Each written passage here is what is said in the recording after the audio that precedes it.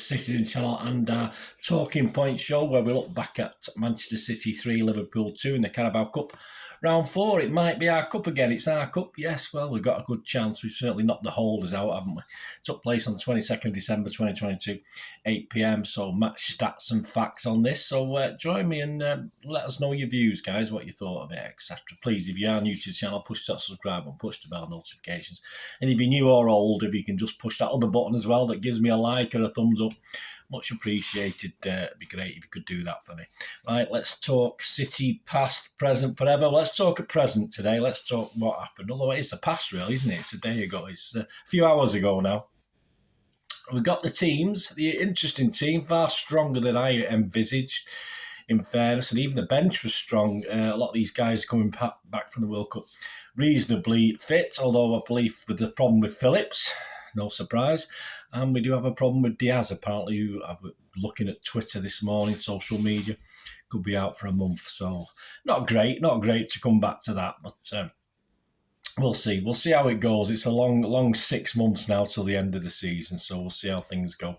So the team: Ortega, Lewis, Akanji, Laporte, Aki, Rodri, De Bruyne, Gundogan, Mahrez, Haaland and Palmer. And as I said, a strong bench as well. Carson, Walker, Stones, Cancelo, Grealish, Gomez, Bernardo, Foden and Robertson.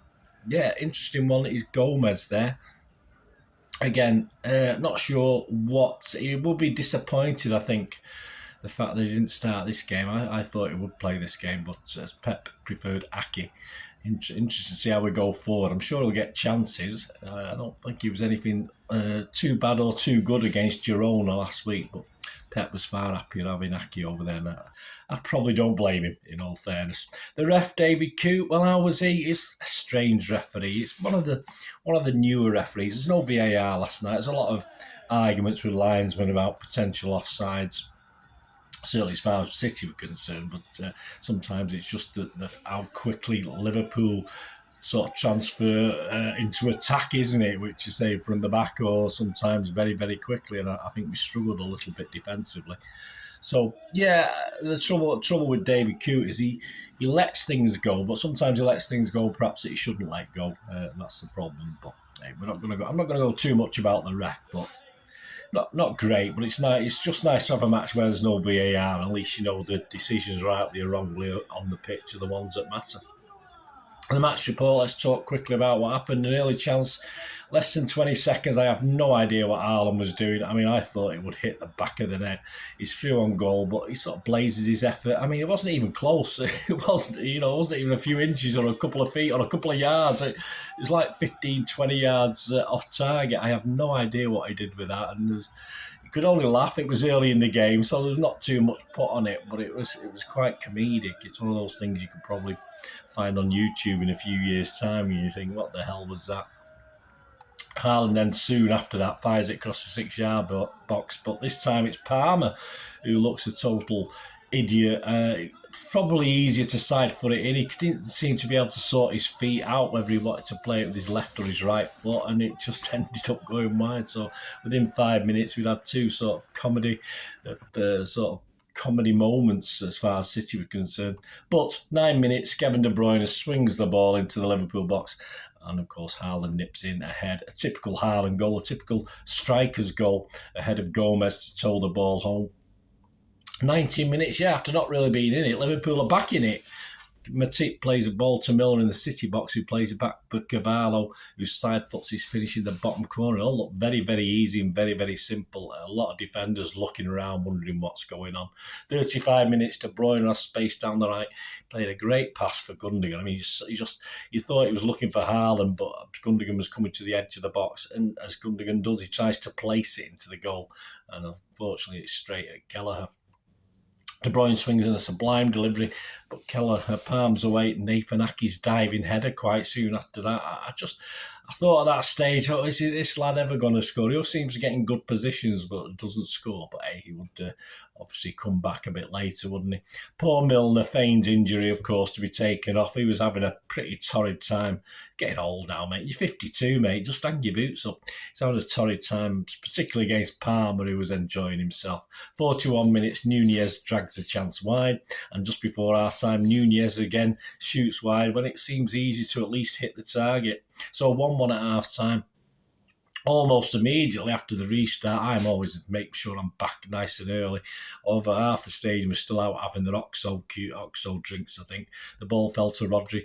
One of his classic little chips in for Mahrez. Superb first touch from Mahrez to his left and curled the ball. Standard Mahrez goal, but a fantastic goal for a 2-1.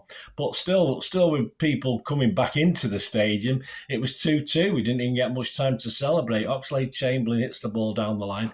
Nunez, for once, did something good, beats Laporte in a foot race. And Ritter just squares it for Salah, who passed it into the net, and it's 2-2 before we know it. 57 minutes, yes, it was 3-2 for City, as it would remain. A short corner, 1-2, and KDB swung in another delivery to the back post. He was doing it all night, with Aki nodding it past Keller. So at last, Aki did the right thing, nodded it back the way the ball came, and it's 3-2 for City. Stones replaced Akanji, almost for Haaland, but the keeper saved at his feet. I think some other City player was near it as well, but it was up the far end. I couldn't make it out. 67 minutes, a penalty shout and moaning by Liverpool. It's nowhere near a penalty. It didn't even look a penalty to me. Klopp was moaning to the fourth official. Henderson was having a whinge to the referee.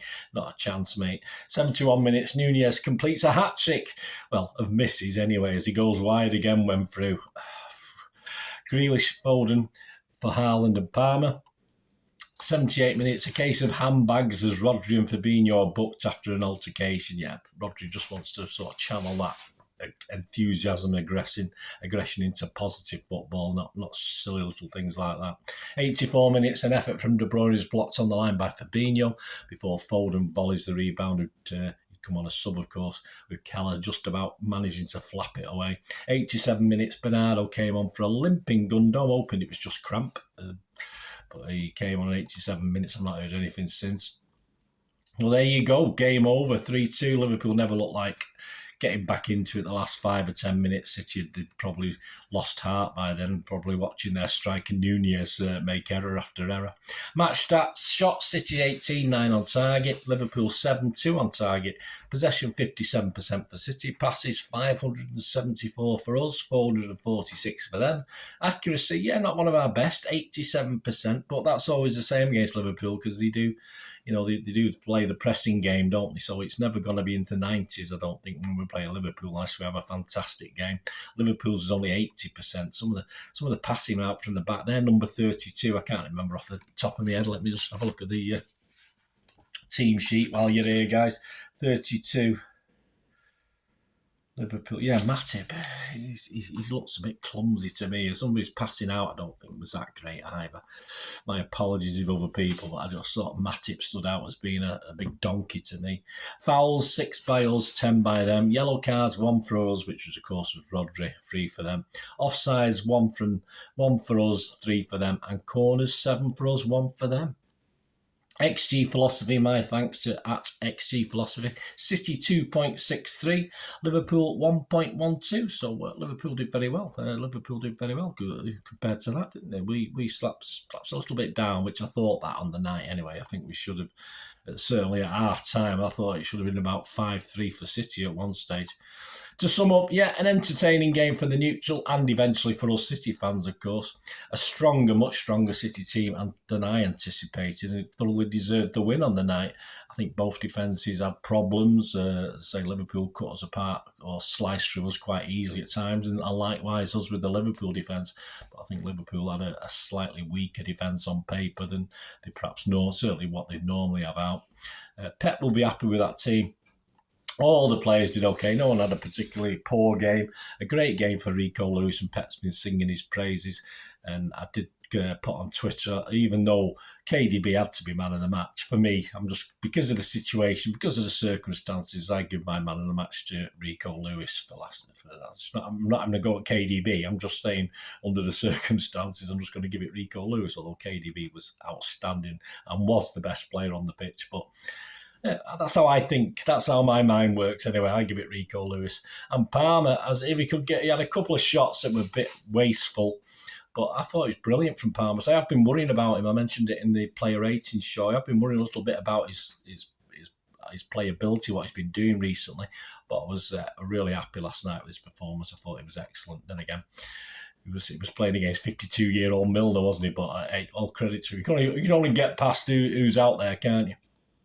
Mention for Gomez, as I said before, we'll see how he goes going forward. I think he'll be disappointed that he was left out last night. Let's see how that works. We've mentioned Phillips and Diaz might be missing for a little bit, certainly Diaz.